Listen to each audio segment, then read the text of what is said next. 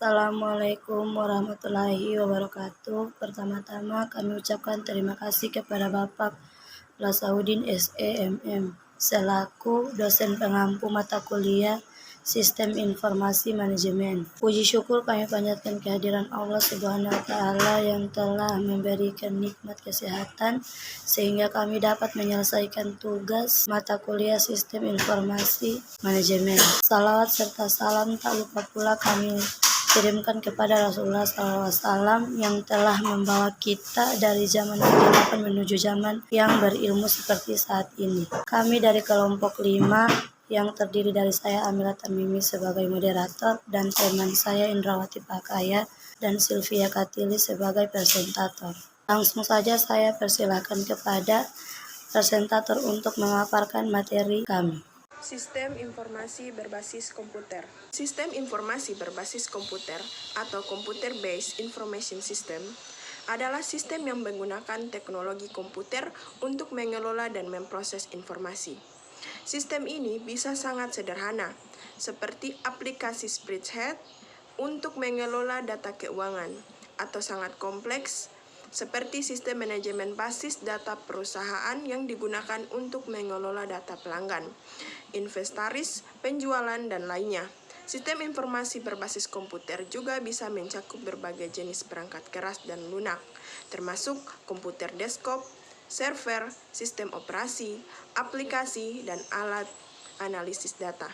Sistem ini juga digunakan dalam organisasi, termasuk beberapa banyak orang yang menggunakannya, berapa banyak data yang diproses, dan berapa luas penggunaan dalam operasi sehari-hari. Informasi berbasis komputer adalah sistem yang mengintegrasikan penggunaan komputer dan perangkat lunak untuk mengumpulkan, menyimpan, memproses, dan mendistribusikan data untuk menghasilkan informasi yang bisa digunakan dalam pengambilan keputusan, pengendalian, operasi, analisis, dan visualisasi. CBIS dirancang untuk membantu organisasi dan bisnis dalam mengelola data dan informasi mereka secara lebih efisiensi dan efektif. Sistem ini dapat digunakan dalam berbagai bidang, seperti akuntansi, manajemen sumber daya manusia, penjualan, pemasaran, dan produksi dengan menggunakan CBIS. Organisasi dapat memperoleh wawasan yang lebih baik dari data mereka, membuat keputusan berdasarkan informasi yang akurat dan tepat waktu, meningkatkan efisiensi dan produktivitas operasional mereka. CBIS terdiri dari beberapa komponen utama, yaitu pertama, perangkat keras atau hardware. Ini mencakup komputer dan perangkat peripheral lainnya seperti printer, scanner, dan server. Yang kedua, perangkat lunak atau software. Ini mencakup sistem operasi, aplikasi, dan program yang digunakan untuk mengelola dan memproses data. Yang ketiga, data. Ini adalah informasi mentah yang dikumpulkan dan diproses oleh sistem. Data dapat berupa teks, angka, gambar, atau jenis informasi lainnya. Yang keempat, prosedur. Ini adalah aturan dan instruksi yang mengatur berbagai sistem harus digunakan dan bagaimana data harus dikumpulkan, disimpan, dan diproses. Dan yang kelima, orang.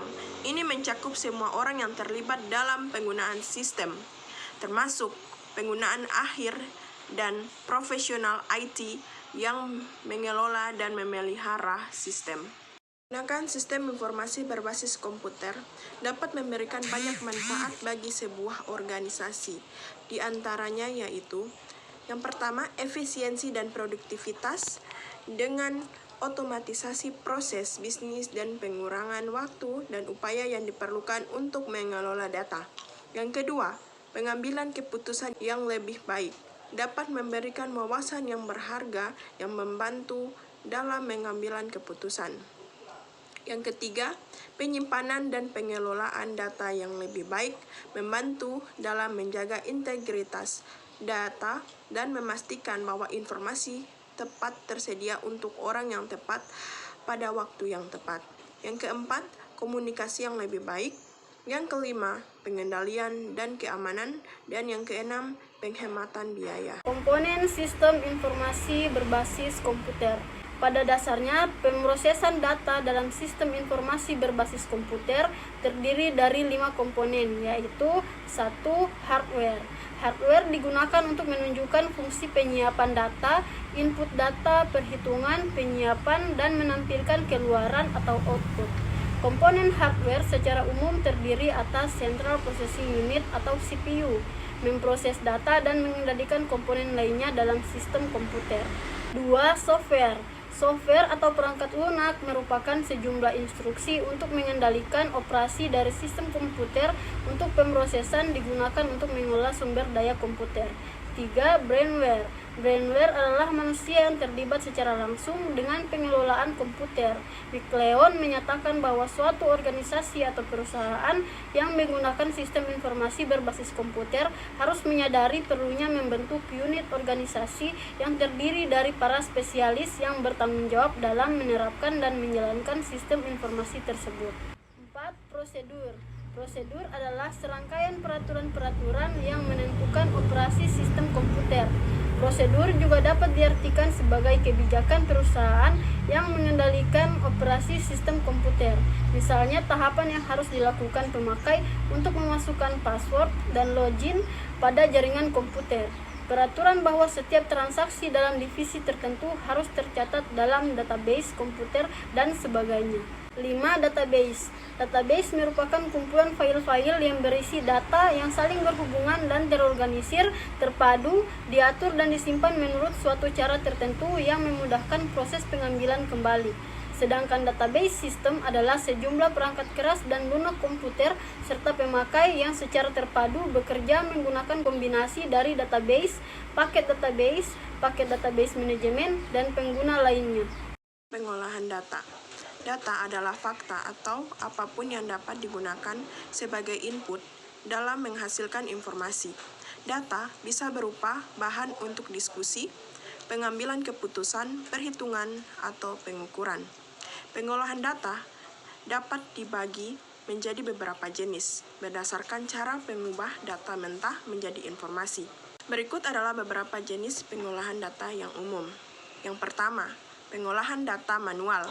Misalnya, mencatat data dalam buku, menghitung dengan kalkulator, dan sebagainya. Yang kedua, pengolahan data mekanis. Contoh termasuk mesin hitung dan Pankert. 3. Pengolahan data elektronik.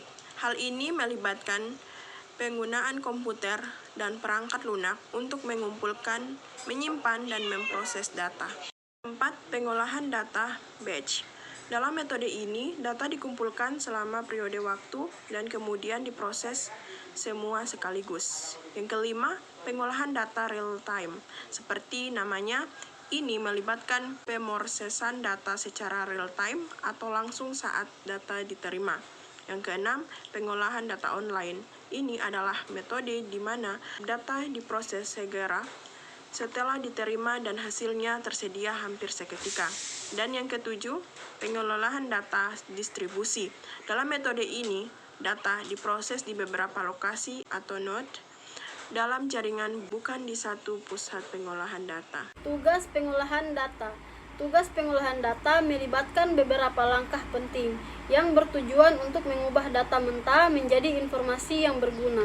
Berikut adalah beberapa tugas utama dalam pengolahan data. 1. Pengumpulan data. Ini adalah langkah pertama dalam pengolahan data, di mana data mentah dikumpulkan dari berbagai sumber. Data ini bisa berupa angka, kata-kata, gambar, video, dan lain-lain. 2. Penyimpanan data. Setelah data dikumpulkan, perlu disimpan dengan aman sehingga dapat diakses dan digunakan nanti. Ini biasanya melibatkan penggunaan basis data dan sistem manajemen data. 3. Pembersihan data. Data mentah seringkali berisi kesalahan, duplikat, atau inkonsistensi. Pembersihan data adalah proses memeriksa dan memperbaiki masalah ini. 4. Pengolahan data. Ini adalah langkah di mana data mentah diubah menjadi informasi yang berguna. Ini bisa melibatkan berbagai teknik termasuk penghitungan, pengurutan, penggabungan, dan lainnya. 5. Analisis data. Setelah data diproses, perlu dianalisis untuk menemukan pola, tren, atau wawasan. Ini bisa melibatkan pengguna statistik, algoritma pembelajaran mesin, dan alat analisis data lainnya.